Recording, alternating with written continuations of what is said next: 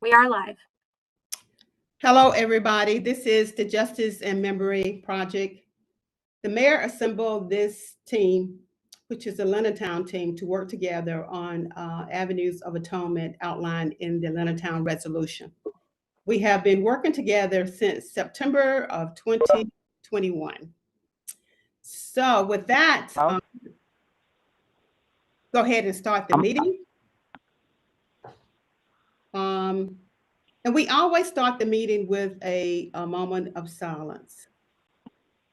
So right now, we will start with the moment of silence. Thank you.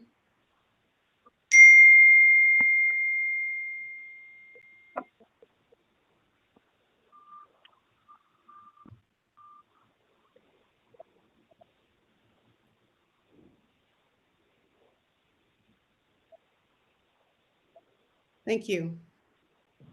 Now, the minutes have been sent out. And do we have to go ahead? If anybody have any questions, we can go ahead and approve the minutes. So anyone have any corrections to the minutes? I can make a motion to approve if we can get a second. A second. Excellent. All in favor of approving the minutes, say yep. Yes. Yep. Yes. Yep. And anyone opposed, say nope. Abstentions. Yep. All right. We've got minutes from the last meeting. Thank you. The first thing we have on the agenda is Commissioner Parker. And she's going to give us an update on the charge. And the mayor, if you want to chime in with that, fine. So go ahead, Mariah. Sure. So I met with the mayor, or talked on the phone, maybe last week before that, about the work of the committee and how and whether it aligns with the charge, and both identified that in our work to create formal site markers and do other public education events, as well as developing the Black History Center, is all stuff we have been at work on in the last couple months, and aligns with some of our goals. And so to that end, a lot of that work, is pretty standard for what was laid out in the charge. The one thing that we clarified through that conversation that I think came up in our last meeting was the relationship of various committees to one another. And so it was a previous understanding of some members of the committee that the folks working on the Black History Center, that Patty, as the chair of that committee, had brought together, was a subgroup of this group. Now, and feel free to chime in if this is accurate, or if there's any corrections, Mayor Gertz. But all of us as members were appointed by the mayor, and so anyone else outside of that who is working on this project would likely be a standalone group. And this makes sense for a number of reasons. First of all, as Hattie and I discussed on the phone as well, having the Black History Center committee work as a standalone group enables them to do stuff like fundraising and other project development in a pretty autonomous fashion, not having to come through us for approval with necessarily everything as they figure out how to make that work. And so I just wanted to address that part of the structure of the committee, as it was unclear at the time whether or not that was a subgroup of our work or a separate entity. So I hope that encapsulates everything, and answers all the questions folks may have had at last meeting. And I don't know if there's anything else you'd like to add or revise, Mayor Gertz, but feel free to do so.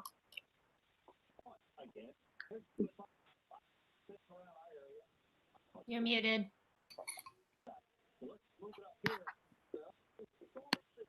That way you didn't have to hear me gulping my water either. See, so I appreciate that, Mariah. Thanks. Part of the reality of this work is that there's also a bunch of adjacent work, and so in terms of focus, I think two things are helpful. Specifically with the Black History Center, like Mariah mentioned, having that be an independent entity really allows it to live and breathe in a bigger way than it could just under the tutelage of the folks on this call. We're fortunate in that Historic Athens has been willing to sponsor that as a subsidiary project while it gets legs before it becomes its own 501c3. And so there's been a set of folks meeting, well outside this group, Fred Smith, Mike Thurman, others who are also involved in the heritage work that went on with Clarke County School District facilities and others. And so I'm really excited about that work, but I didn't want anyone to be under the impression that that was work that was solely under this umbrella. I have offered and been very public about saying that I am going to promote sort of an initial physical foothold for a history center at the Costa building. That has to be formally endorsed by the commission. And so I'm going to be bringing to them, so this is a preview for you, Mariah and Mike, sort of a rough draft of what programming at the Costa building will be like, because it'll be a sort of a business and minority support facility. So that's just a formal step that this has to go through. Regarding formal steps generally, one of the things that I talked about with Mariah and talked about with Ms. Hattie previously is what I'd love to do in the new year is when we gather again, to gather in person and really look at the components of the charge, because as we've been working together for a year now, I think we've learned a bunch. We've learned about some things we didn't even know about. We've learned, oh, well, Kyle, there's some struggles in this that we couldn't have anticipated. So it would be helpful for me, and I think helpful for all of us, to just break down those charge components. And, this is me with my old high school teacher hat on, kind of have a big old piece of chart paper on the wall for each one of those components of the charge and say, all right, well, what have we done so far? What can we say? What are some lessons learned? And then what does the roadmap or sequence ahead look like for each of those? So, as I've got it on my other screen here. So one of the bullet points is outreach to former residents and their descendants to the greatest extent possible to participate in this work. So if I was just to break down that one, I would say, well, we've got a real good handle on some folks, but it would be great if we could do a little more even genealogical and, what you might effectively call detective work to get a hold of some people who have moved on to other places, but who I would love to see at least engaged in consciousness about this so that they can be aware of the work that this committee is doing. So that kind of process would be really healthy, just so we can do some planning for the next year, the next couple of years. Because, I'm really excited about all this, but for me, always having this sort of punch list of, okay, here's the next step, and then the next step after that, and then the following one is really helpful. So anyhow, I'll shut up. Okay, anybody have any questions? Yeah, this is super helpful. Gosh, everyone's dinging. Let me, I do have a few, this is helpful. This is my 19th hour of Zoom today, so my processing might be slow. So let me process out loud with you all. So one thing that would be helpful, if the charge that I have seen is the one that's listed on the website, which I think is maybe just an excerpt of a longer charge. I think it would be very helpful to recirculate. It may have been circulated a long time ago, but the formal charge to this entire committee. I'd like to see, whatever the official formal charge is, I'd like to see that recirculated. And if what's posted on the website isn't the full charge, let's get that up there just for everybody to have an easy place to access it. That's one thought. And then another thought is, I have also been operating under the assumption that the Lennon resolutions are also related to the work here. Now I understand there may be a bit of complexities in that the resolutions, but maybe there's other groups or advisory boards that are also involved, but the resolutions are quite extensive and quite specific. And I think we almost need work sessions. We almost do. I know we do it on these calls, but let me pull them up here.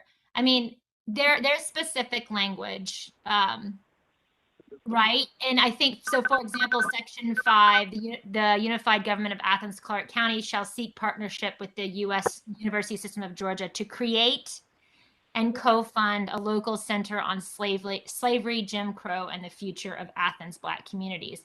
So to the degree that's in the resolutions, it's something that was formally adopted. I think that's where we saw this as like, you know, sort of related to, if not official JMP work. So I think some clarification would also be helpful, and revisiting the resolutions would be helpful. Does that make sense? Am I making sense on our whatever of Zoom? Yeah, I think that would be helpful if we do that. That's fine. Because I mean, the resolutions are important. That's the groundbreaking roadmap. That's the actual language. That's the formal, I think, agreement and relationship that was made between the city and this committee and its residents of Athens and the descendants of Town. Yes. I think those resolutions could require a bit more scrutiny in terms of how we're going to implement those. Well, the charge is what, and the it doesn't include the house, so we can look at that, because we have been realizing that this team has been working since we don't have a roadmap, and we in uncharted waters with this whole team. We have been creative. We have been very creative in how we move forward. And the First Descendants have been really, and all this committee has been really, truly trying to be creative and get these atonements and as the justice and memory teams in place.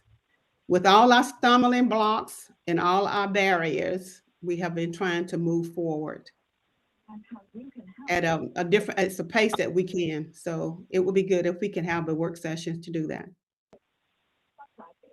So I do, yes, I agree with all that, Ms. Hattie. So I think we need I think we need clarification, at least on the ongoing projects. So my read of the resolutions is quite clear that the city is a key partner in the Black History Center. I understand these things change name over time, so there's a specific name in the resolutions, and you know, we have a wall of recognition and a walk of recognition, and I understand that happens, but I think we all know what we're talking about. And I think when we refer to the Black History Center, we've been quite specifically referring to what's outlined in the resolutions.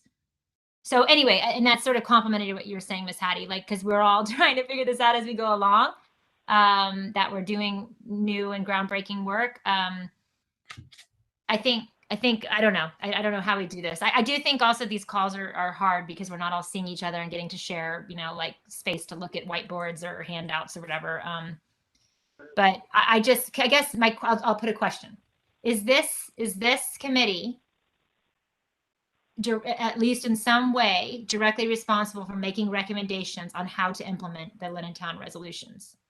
The whereases, not the whereases, the be it resolved, the sections where, you know, now therefore let it be resolved, section 1, 2, 3, all the way up to section 8. Is this committee authorized to make direct recommendations on those 8 items? In some areas, yes, Jen, but in other areas, they're broader than just the work of this committee. So, you know, I've dropped in the chat, and I'm about to drop in an email in a minute, the charge for this body. And so there's certainly an enormous amount of overlap. Some things in the resolution are more specific than the things this group is working on. Some of them are going to connect to budgetary matters that the commission is doing. You know, there will probably even be some ARPA expenditures that are more specific to the resolution components that aren't enumerated in the kind of punch list of Athens Justice and Memory Project work. So I think when we meet in person, what we'll do is we'll bring both documents. We'll bring the charge for this group, we'll bring that resolution, and we can sort of highlight those areas of overlap and those areas that, you know, that may exist outside the Venn diagram. That would be great. And then my last question would be our guest statement that I'd like to see if it's accurate or not. So it sounds like the walk of recognition, in the way it's been conceptualized, everyone feels pretty comfortable that the work that's been done there is well within both the scope of the committee, the charge of the committee, understanding it has to go through approval processes, right? We make a recommendation, but that making these pretty specific recommendations on the walk of recognition and its various components is quite well within the charge and is directly associated with resolutions. It sounds like there's just an operational logistical configuration of what we've been calling the Black History Center, but has a few different names, that needs some more clear specification on what JMP is doing as official work versus official advisory work versus what's in other responsibility of other departments versus what's falling outside of the formal government work. Is that correct? So is that correct to say our walk of recognition people are feeling pretty good about? There's some questions to resolve about how the Black History Center should be operationalized? So yeah, the text of the charge says acknowledgement and apology for wrongs is among the work in the form of formal site markers. Okay. And so, definitely that. And then recommendations around Black History Center. Okay. I haven't been able to read the charge in the chat as I'm talking. right. So, So anyhow, I think when we sit down, in person, have some chart paper on the wall and can go through those elements, that'll just give us a great deal of grounding. So I have a question kind of off of Dr. Rice's comments. So I understand that there are plans for some type of in-person meeting to go over all of this, but just to my understanding from the last meeting, it seemed like there was some level of confusion about how those operations and planning and all of that was going on with the Black History Center. And if those questions were posed in this setting, I'm not understanding why the answers cannot be presented in this setting as well. Because I think there's a lot of just different conversations and work going on, and I want to make sure that people are not investing time and energy into things that I guess maybe we shouldn't be doing. So for my personal purposes, I just want to know, is there anything that's happening in terms of planning and development of the Black History Center activities that needs to be paused or needs to be addressed now, as opposed to waiting until the new year to have an in-person conversation? No, I wouldn't say anything needs to wait. There's a meeting at the library on Friday. I think that should continue, as has been under discussion in all of those meetings. There's a load of work that will be involved in getting a center off the ground. And there are probably a couple of phases of that. I would anticipate, for example, an initial phase could be a few thousand square feet of display space. And then some later iteration could be, a standalone center. Just as a community person, I'd say, we want that to be as engaging as possible. And what's great about that group that's sort of been the nascent progenitor of the History Center, is that includes some folks who are not here who've been long involved in gathering information. Fred, for example, Mike Thurmond, is a local historian. Well, I guess the concern came to a lot of concern arose when we was talking about these committees that have been assembled. But I don't think the entire team knew that this advisory committee had asked me to be chairperson of this, the Black History Center, and to get it off and running up and going. So that's why I was assembling these different teams, these sub-teams, to work on this. It's not that I took this on my own to do, but I was asked to do it, to be a part of the chairperson for this and to work on this. So that's why I was doing that. So is that inside the charge that we working on? Well, the fact that the charge mentions making recommendations around the Black History Center, means that there's clear overlap. That's definitely the case. Again, I'd say while there's overlap, there are also a bunch of other folks who are invested in Athens Black history that would necessarily be at the table too. And if I might too, and Jen or Dr. Rice, sorry, to answer your question, yes, with the markers, I don't think there's any question on the charge. It's just some of the government procedures and procurement specifically we got to work through that's created some hurdles. And Ms. Hattie, you and I talked about the Black History Center as well. And that's I've learned a lot since we've last talked about the folks that you're starting to engage in that conversation. I spoke with Frank Clarke today, and so I you know, that should be a really wonderful. That's all of these things, y'all, are an opportunity to engage the public and get their buy-in on it. So it shouldn't be any one small group of people. It should be something that a lot of, particularly if you're going to define Black history for the community. I think going out and finding those other folks, the way that you're going about it, Miss Hattie, seems appropriate. Okay, I just wanted to make sure because it's a lot of work to engage the community and to get people to start working, and if we were going up the wrong avenue or wrong path, then we need to turn around because it's a lot of work and to get the leaders on these committees and to get input. And that's what the focus of all of these meetings have been focused on is getting input, okay? But Commissioner Parker clarified, and Mayor, you said there's the separate group working alongside the Lennon group. I just want to make sure I understand too, because I could be the one that's totally confused about all this, you know? Okay. Yes, the mayor's assembled a team in May, and that team has been meeting as well. And that's, I call it an advisory committee, but he may call it something else. But this main team is the people that he has assembled to work to help with this, get this Black History Center off the ground. And really there's not a great deal of formality around it right now. There are times when, in your like working life, you realize, you don't need to own a thing. And this is definitely a thing I don't need to own. It needs to be really owned by people in the community, probably more experienced and knowledgeable than I am. I'm very happy to be at the table just because, as lead in this organization, I can bring some resources to bear and I can bring opportunities to the commission, like in the form of using that lower level of cost to building.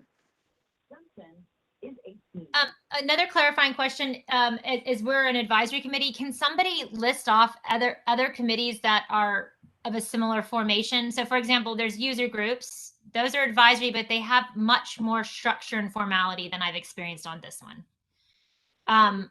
Then there's like voting groups, like for example, like planning commission.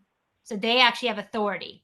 Can somebody name one or two other assembled, appointed groups that mimic our role here and what authority we do and don't have?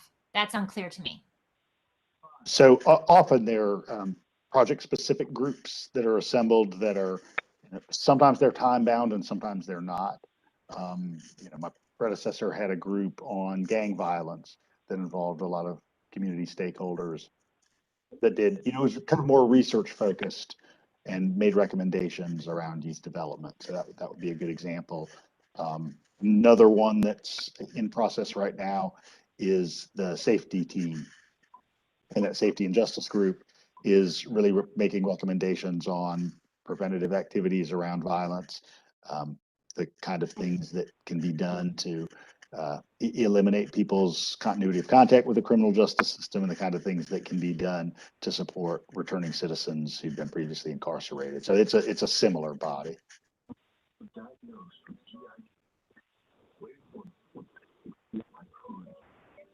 Any other questions? So what I hear is that we're going to assemble and meet in person so we can further have clarity, understanding around as we move forward, realizing that this is the Justice and Memory Team is something, a project is something that is new and it's different. So as we move forward, we got to look at avenues that are different and new as well to accomplish the things that we want to accomplish. We got to be creative because if we don't, we're going to get stuck and we won't be able to move forward. And there's a lot of expectations of this community as what we are doing. and how we're going about doing it, because we have raised that awareness level and we're meeting with different groups, as many as we possibly can. So we need to be helped. All of us need to be clear as we move forward, as we lead this team. So when others approach us or when we're in front of other groups, we can speak to them with clarity. Y'all agree? Yes. It makes sense. And I think my sense is everyone on the committee could do this earlier than 5 o'clock. I know we do this at 5, so it can be streamed live, but we're not receiving public input, right? We're not getting comments in real time.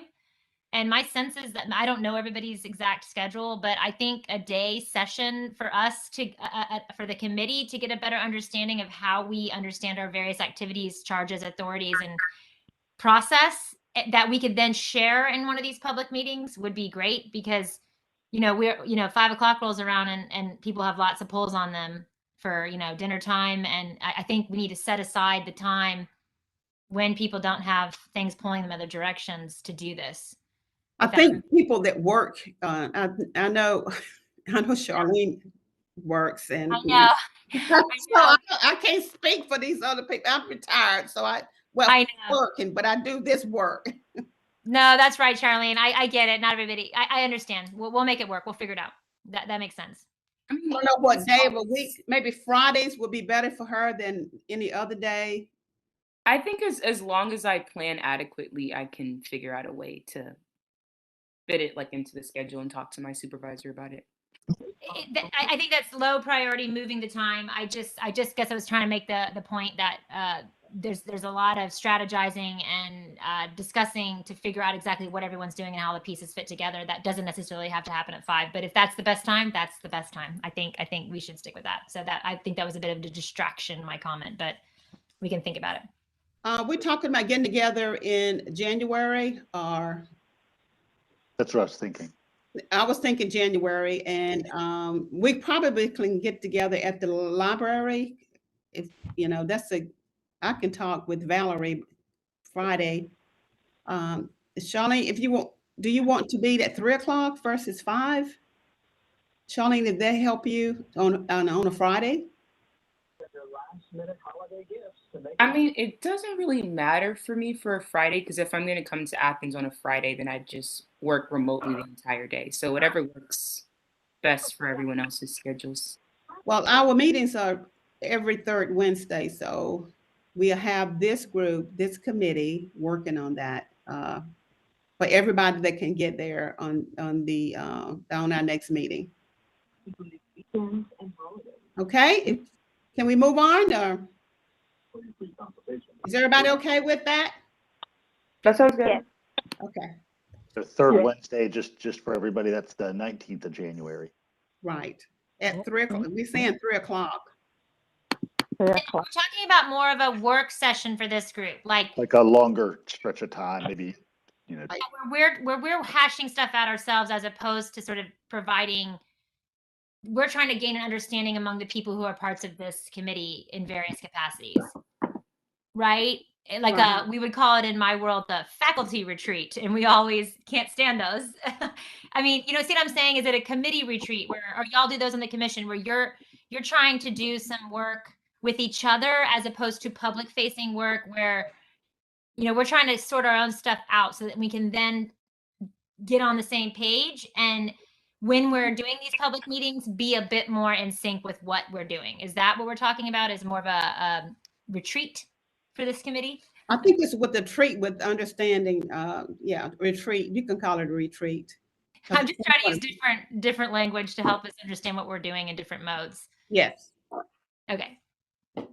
So at 3 p.m. on January 19th, that's my birthday. I would not rather spend it with anybody else. So we're tentatively saying 3 p.m. on January 19th. Is that correct? Right. We'll bring you cake. We'll bring you cake. We'll bring you cake we'll bring you cake. Okay. Okay. That's gonna be at the library, Hattie? Yes, on Baxter. Okay. Yeah, so you need Christine, if you can be there, the first descendants can be there. Thank you. Along with the Justice and Memory team members. On Baxter, okay.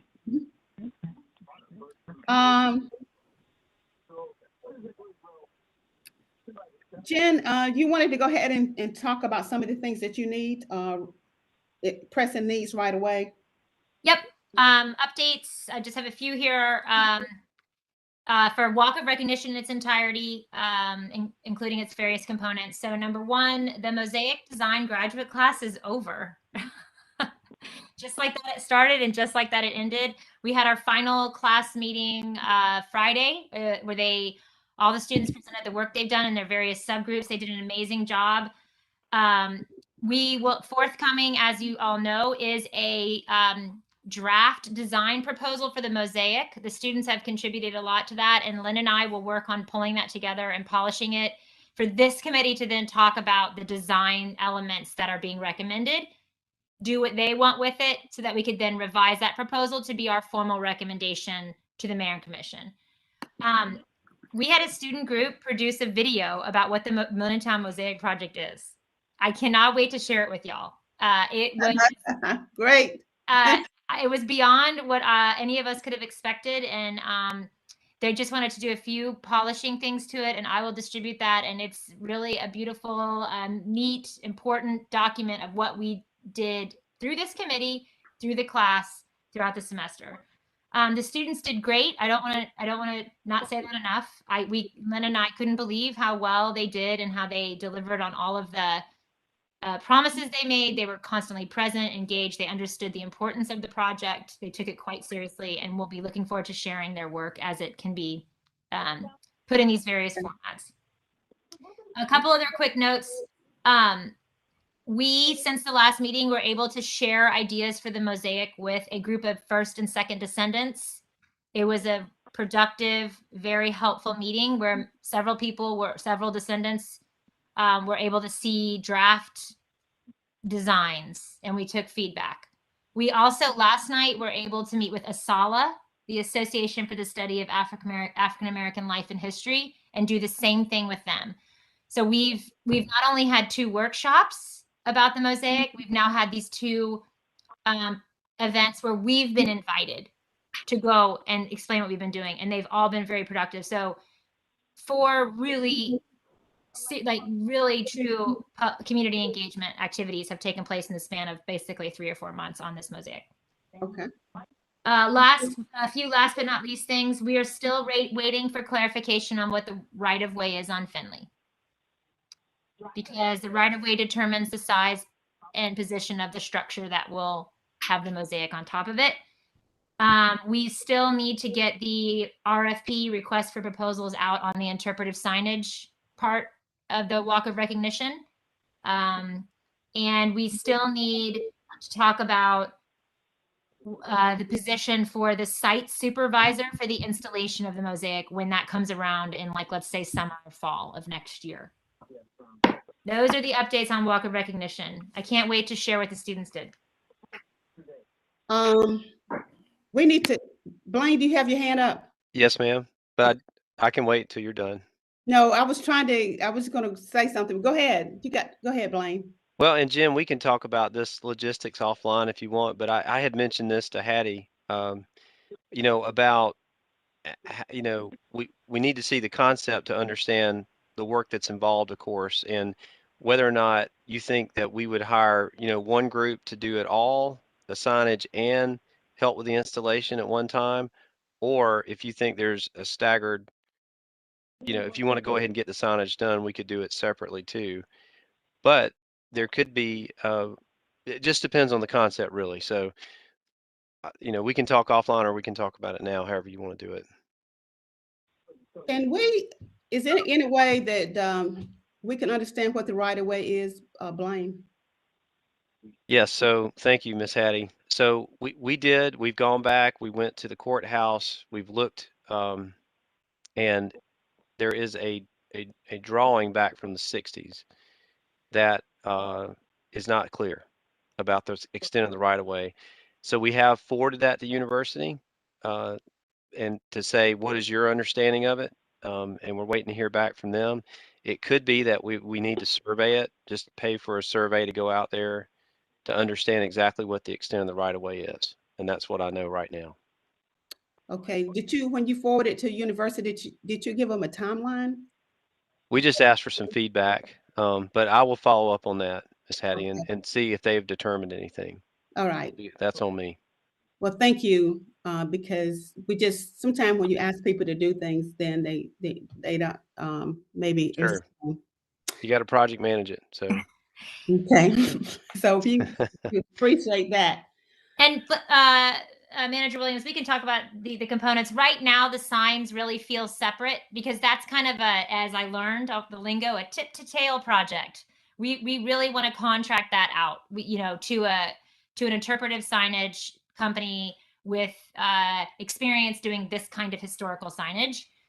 Nobody has the capacity to work on that the way we are with the mosaic, which is itself a totally different kind of project that's driven by the community and should never have a central artist or curator or leader. Instead, it just needs a coordinator. So that's my sense on that. And then I just have so that they are kind of separate in terms of the kind of personnel we would need to hire. One's a detail for signs, and one's more of a coordinator for site logistics for the mosaic. And one thing I mentioned to Miss Hattie, I'm saying those things so I'm consistent about what I'm asking with what I mentioned to you.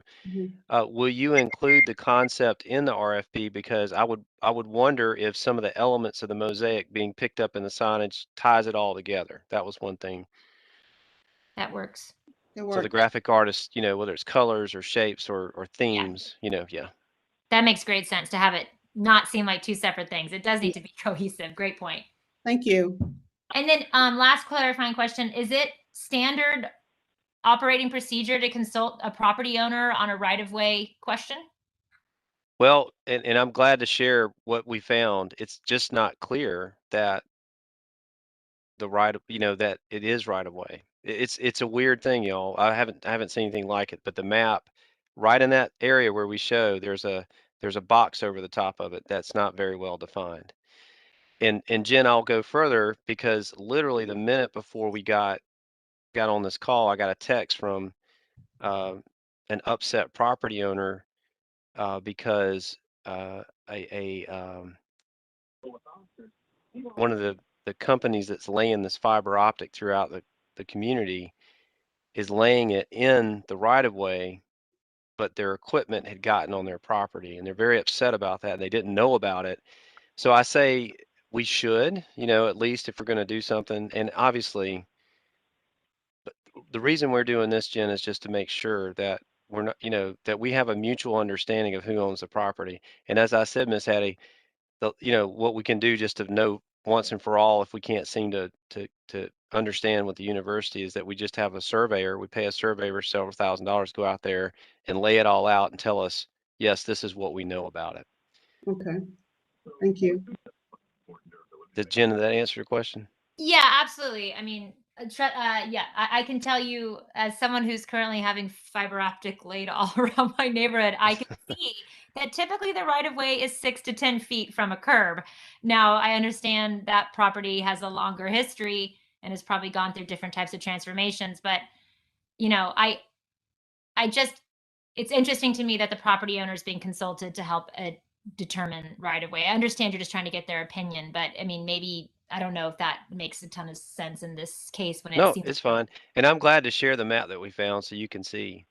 It's a little confusing, and we even our right-of-way person who does this for a living, who basically lives at the courthouse and can tell you what a deed says from the beginning to the end, that doesn't quite make sense. And that's why we're asking to see if perhaps they have any additional insights before we move forward. Okay. Maybe we can have an answer, pretty quick, Jen, so your team will be able to move forward with the right size. Yeah. Okay. Thank you. I'm going to move on. Oh, I'm sorry, Jen. So I'm talking with regards to the mosaic. Yes, correct. Yeah, that particular corner. That's what corner is what we're But talking about. the signage, I don't think fine. there's any question about that. No. Okay, so the question is that particular area near south of Baxter, west of Finley. It's based on the documentation you have easily available to you. It's unclear. Yes. Gotcha. Thank you. Okay. Signage is good. Excellent. Okay, the only thing I have about the, questions about the constability, the mayor has already answered about getting the information, putting something together so we can get approval. So he said that early on. So that's the only question I had on that one. The teams I'm still working on. We have everybody on a team except fundraiser. I have some people on the team, but I don't have anyone who wants to lead that team. So still working on that. Historic Athens, if y'all can find a donation anywhere, we have a place to put it, okay? So Historic Athens. So I just want y'all to know that.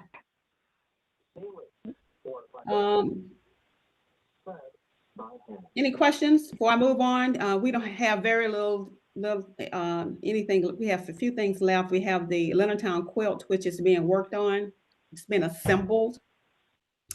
So we will get that information once it's assembled. And we'll let everybody know where it will be displayed. Okay. Mm-hmm. And that is all I have before I want to adjourn the meeting. If someone else has anything, to let us know.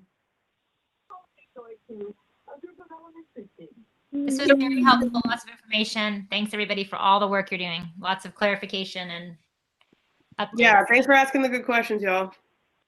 Thanks. Thanks, everybody. The meeting is adjourned. Okay. All right, Happy thanks. Take holidays. care. Merry Bye. Christmas. Thank you. Bye. Good Christmas. Bye. Blame you all. Bye, Mr. Bobby.